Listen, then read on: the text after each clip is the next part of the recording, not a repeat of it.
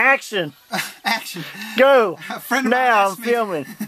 A friend of mine asked me to make a video on how we make baskets for those potters who are familiar with an extruder would like to try. I made my own die.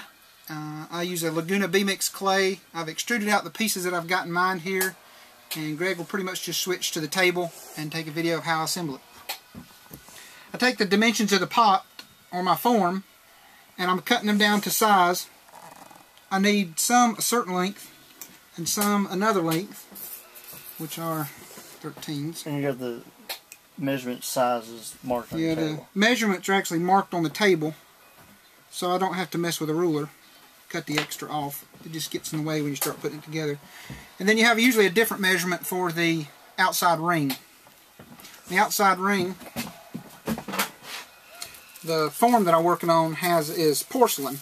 It's just something you'd get at a Habitat or Goodwill. It's just nothing special, but the clay sticks to it, so I have to line it with plastic if I use any of my forms that aren't porous or like clay or wood. And this one's one that will hold on to the form and you can't get it out. But I put a ring around it, and I cut my piece at a slant, wet it with some mouth glue,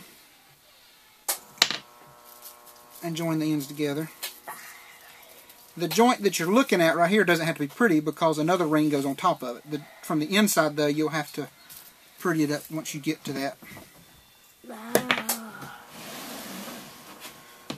It doesn't matter if you put the long one on first or the short one on first. I've made enough that I don't have to put guidelines on the bottom of my piece anymore. I just draw an imaginary line because if they're odd and even, you'll figure out that you've got to put them on there odd and even. These are the easy ones. Another long one. Now the clay that I use comes straight out of the bag. I do nothing to it. And it seems to have enough moisture in it that when you bend them, because you have to fold it back and forth when you're weaving it, that they don't break. So if you have dry clay or hard clay, don't make baskets out of them. They'll just break. And to stick each piece together, I'm just putting a little light pressure. No water, no anything. When I'm done assembling it, I press them all together. Hold one up, and I fold it. You can see you can fold it up to 90 degrees. If you folded the same spot back and forth, it would break, but you're only going to fold that one spot one time. So you can get away with a pretty good strong bend on it. And I usually side it, lay it on there, and then go back and lay it, so it's at least even. Once you bend it one time and squish that one down there, they don't come up very easy. There's really no rhyme or reason to going all the way out one way as opposed to doing all the long ones and then doing all the short ones. I cut my clay extruder pieces a little bit long, so all my fingernails are gouging the ends of these pieces here, and it will they'll all be cut off, so it doesn't matter. But you've got to maintain these little void spots in the middle uniform, so when you get done, all the little squares, the negative space looks the same. You don't have to be a potter to see when something's not symmetrical. But it helps. But it sure helps. You can scoot them a little bit once you get in there. But I prep for the next row by bending these over, so I got a nice flat line for them to go on.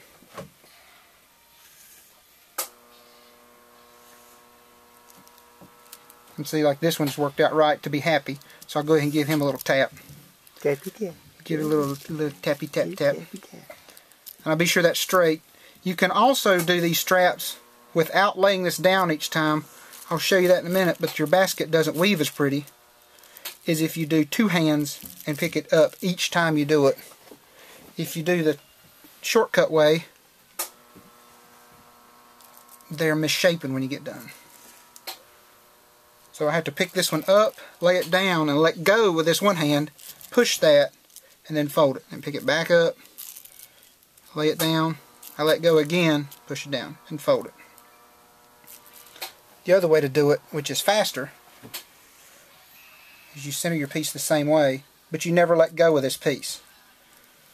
I got this piece in my right hand, pick it up, lay it down, pick the next one up, lay it down. It's a lot faster that way, but when you get done, they're not as straight. I notice it, so I'll do it this way. And it may just be what kind of look you're wanting.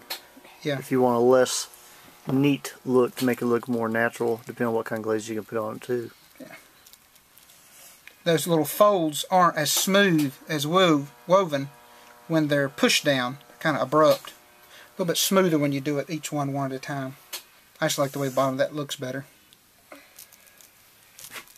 But if you underglaze the bottom and you had something to hide some of your work on the bottom, you could probably do it even a different way. But all the bottoms on my baskets are natural. It's just the clay. I either wax them or wipe them.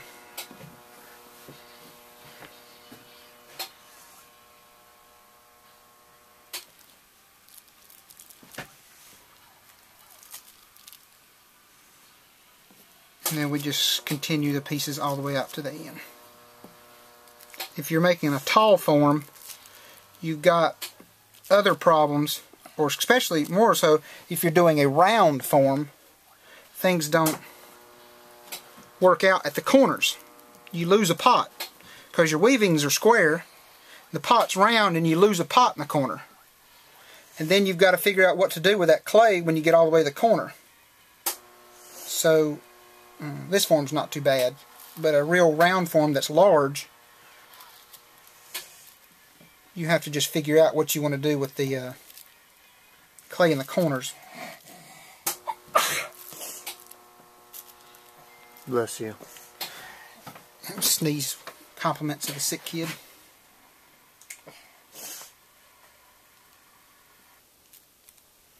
Maybe my DSI would do. Oh man. Let's hope the camera doesn't. Oh no.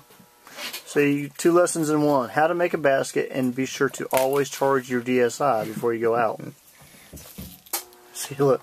That's the result of no DSI. What am I going to do now? No one has to watch this stupid crap. And I've got 2 more pieces extruded over here.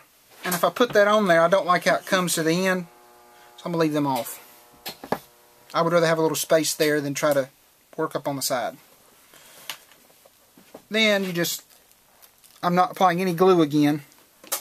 I'm just giving these a light tap toward the top part. I don't want to squish in the bottom part because I'm cutting these things off. So you want to apply pressure towards the top with your thumb.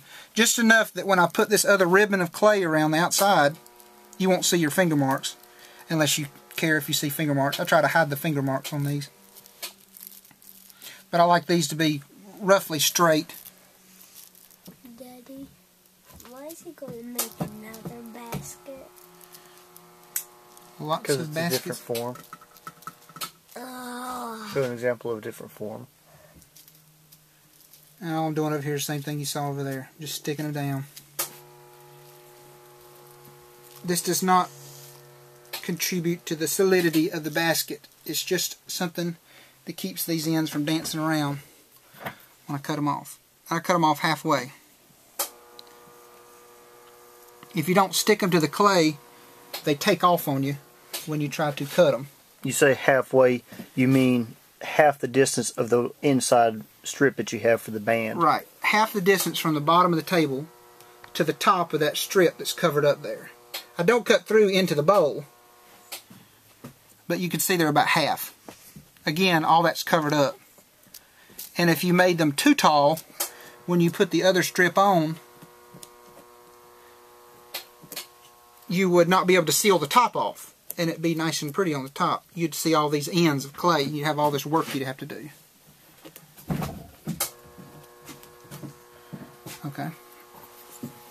Then I do 2 squishes per piece, and I push them. I don't just push them down. I push them out and to the side. So I push each side down.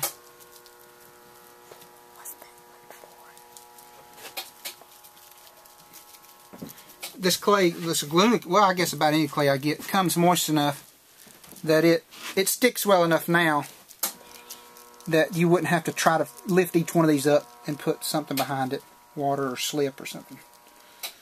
Okay.